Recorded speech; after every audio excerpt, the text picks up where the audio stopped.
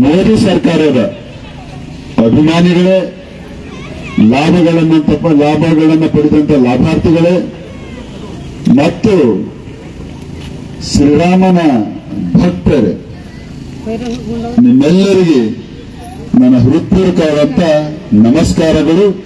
ಜೈ ಶ್ರೀರಾಮ್, ಜೈ ಜೈ ಶ್ರೀರಾಮ್. ನಿನ್ನೆ ಎಲ್ಲರ ಮನೆಗಳಲ್ಲಿ ಮತ್ತು ಎಲ್ಲರ ಮನದಲ್ಲಿ, ಇಡೀ ದೇಶದಲ್ಲಿ ರಾಮಮಯವಾಗಿತ್ತ? ಹೇಗೆ ರಾಮಮಯವಾಗಿತ್ತ ಅಂದ್ರೆ ಕೈ ಎತ್ತರು ಮೇಡಮ್. ಇಡೀ ದೇಶ ಎಲ್ಲರ ಮನೆಗಳು ಮತ್ತು ಎಲ್ಲರ ಮನೆಗಳಲ್ಲಿ ಎರಡು ದೀಪ ಹಚ್ಚಿದೆ, ಅದು ಸಾಕ್ಷಿ, ಅದರ ದೀಪ ಹಚ್ಚಿ.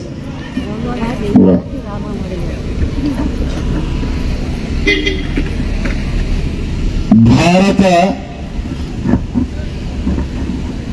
ಅನೇಕ ಧರ್ಮಗಳ ದೇಶ. ಭಾರತ ಅನೇಕ ಜಾತಿ, ಪರಂಪರೆ, ಸಂಸ್ಕೃತಿ, ಭಾಷೆ, ಪ್ರಾಂತಗಳು, ಹೀಗೆ ಅನೇಕ ವಿವಿಧತೆಗಳಲ್ಲಿ ಮೊದಲ ಬರೀ ನಾಲ್ಕೆ ವಾಸ್ತ ಏಕತೆ ಅಂತ ಹೇಳ್ತಿದ್ದೀವಿ. ಭಾರತ ವಿವಿಧತೆಗಳಲ್ಲಿ ಏಕತೆ ಅಂತ ನಾವು ಹೇಳ್ತಿದ್ದೀವಿ. ಆದ್ರೆ ಕಾಂಗ್ರೆಸ್ಸಿನ ಆಳ್ವಿಕೆ 1000 ವರ್ಷ ಮುಸಲ್ಮಾನ್ ರಾಜರ ಆಳ್ವಿಕೆ ಮತ್ತು ಆಕ್ರಮಣಕಾರಿ, 200 ವರ್ಷ ಬ್ರಿಟಿಷರ ಆಕ್ರಮಣಕಾರಿ ಮತ್ತು ಆಳ್ವಿಕೆ ನಮ್ಮನ್ನ ಸದಾ ಧರ್ಮದ ವಿಷ ಬೀಜವನ್ನು ಬಿತ್ತಿ, ಜಾತಿಯ ವಿಷ ಬೀಜವನ್ನು ಬಿತ್ತಿ, ನಮ್ಮ ಸಂಸ್ಕೃತಿಯ ಮೇಲೆ ಸದಾ ಹಮ್ಲಾ ಮಾಡಿ ನಮ್ಮನ್ನ ದುರ್ಬಲಗೊಳಿಸಿದಂತ ಅನೇಕ ಘಟನೆಗಳು ಇತಿಹಾಸದ ಪುಟಗಳಲ್ಲಿ ಸಾಕ್ಷಿದ್ದವೆ. ಭಾರತ ಜಾತ್ಯತೀತ ರಾಷ್ಟ್ರ ಅನ್ನುವಂಥದ್ದನ್ನ ಒಂದು ಷಡ್ಯಂತ್ರವನ್ನ ಮಾಡಿ ಬಹುಸಂಖ್ಯಾತ ಹಿಂದೂಗಳನ್ನ, ಬಹುಸಂಖ್ಯಾತ ನಾವು ದೇವರನ್ನ ಪೂಜಿಸುವವರನ್ನ ಒಂದು ಭಯದ ವಾತಾವರಣ ಮತ್ತು ಒಂದು ಮಾನಸಿಕ ಒತ್ತಡವನ್ನು ಹೇರುವಂತ ಷಡ್ಯಂತ್ರವನ್ನ ಕಾಂಗ್ರೆಸ್ ಸರ್ಕಾರ 1975ರಲ್ಲಿ ಮಾಡಿತು.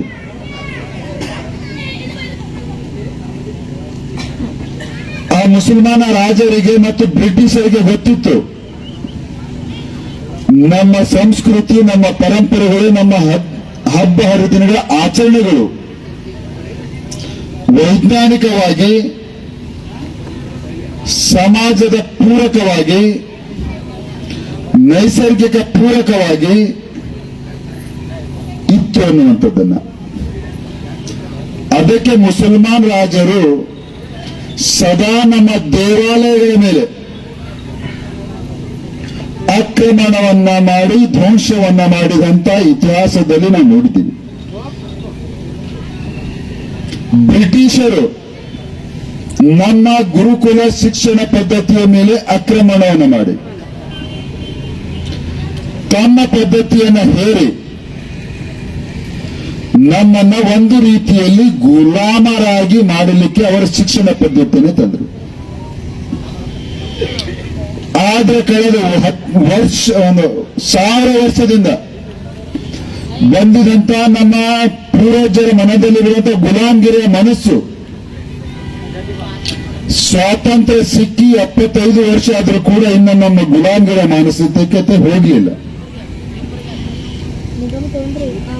ಯಾವ ರಾಷ್ಟ್ರದ ನಾಗರಿಕರಲ್ಲಿ ಗುಲಾಮಗಿರಿ ಮಾನಸಿಕತೆ ಹೋಗೋದಿಲ್ಲವೋ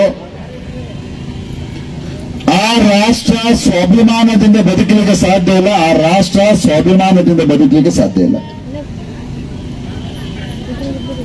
ತನ್ನ ಇತಿಹಾಸ, ತನ್ನ ಪರಂಪರೆ, ತನ್ನ ಸಂಸ್ಕೃತಿಯನ್ನ ಎಲ್ಲಿಯವರೆಗೆ ನಾವು ಗೌರವಿಸುವುದಿಲ್ಲ, ಧೈರ್ಯದಿಂದ ಆಚರಣೆ ಮಾಡೋದಿಲ್ಲ, ಅಲ್ಲಿಯವರೆಗೆ ನಮ್ಮ ಮೇಲೆ ಹೇರುವಂತ ಸದಾ ಷಡ್ಯಂತ್ರಗಳನ್ನೇ ನಡೀತಿರ್ತವೆ.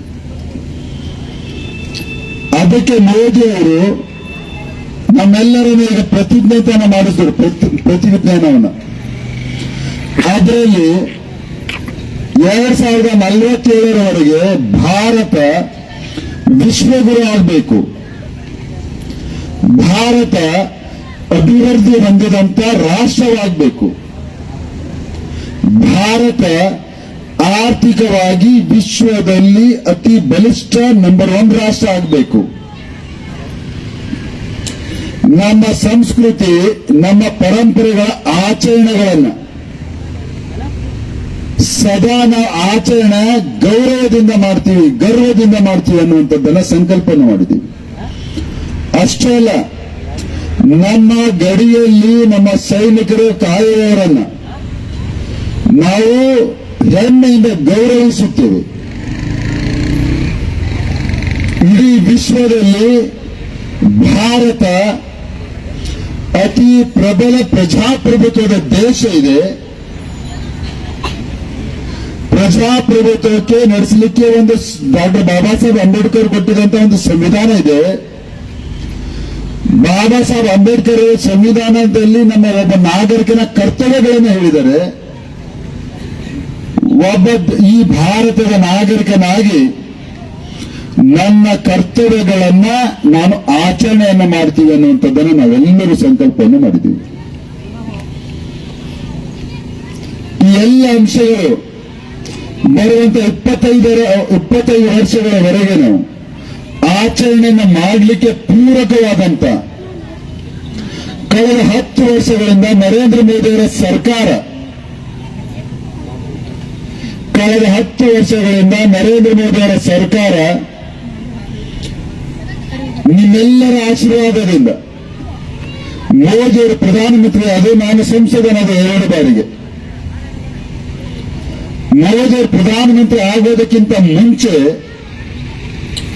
ದೇಶದ ಜನಕ್ಕೆ ವಿಶ್ವಾಸವನ್ನು ಕೊಟ್ಟು ಸಬ್ಕೆ ಸಾಥ್ ಸಬ್ಕೆ ವಿಕಾಸ್ ಎನ್ನುವಂಥದ್ದನ್ನ, ಇದರಲ್ಲಿ ಯಾವುದೇ ಜಾತಿ ಧರ್ಮವನ್ನ ಭೇದ ಭಾವ ಮಾಡುವಂತಹ ಶಬ್ದಗಳಿಲ್ಲ.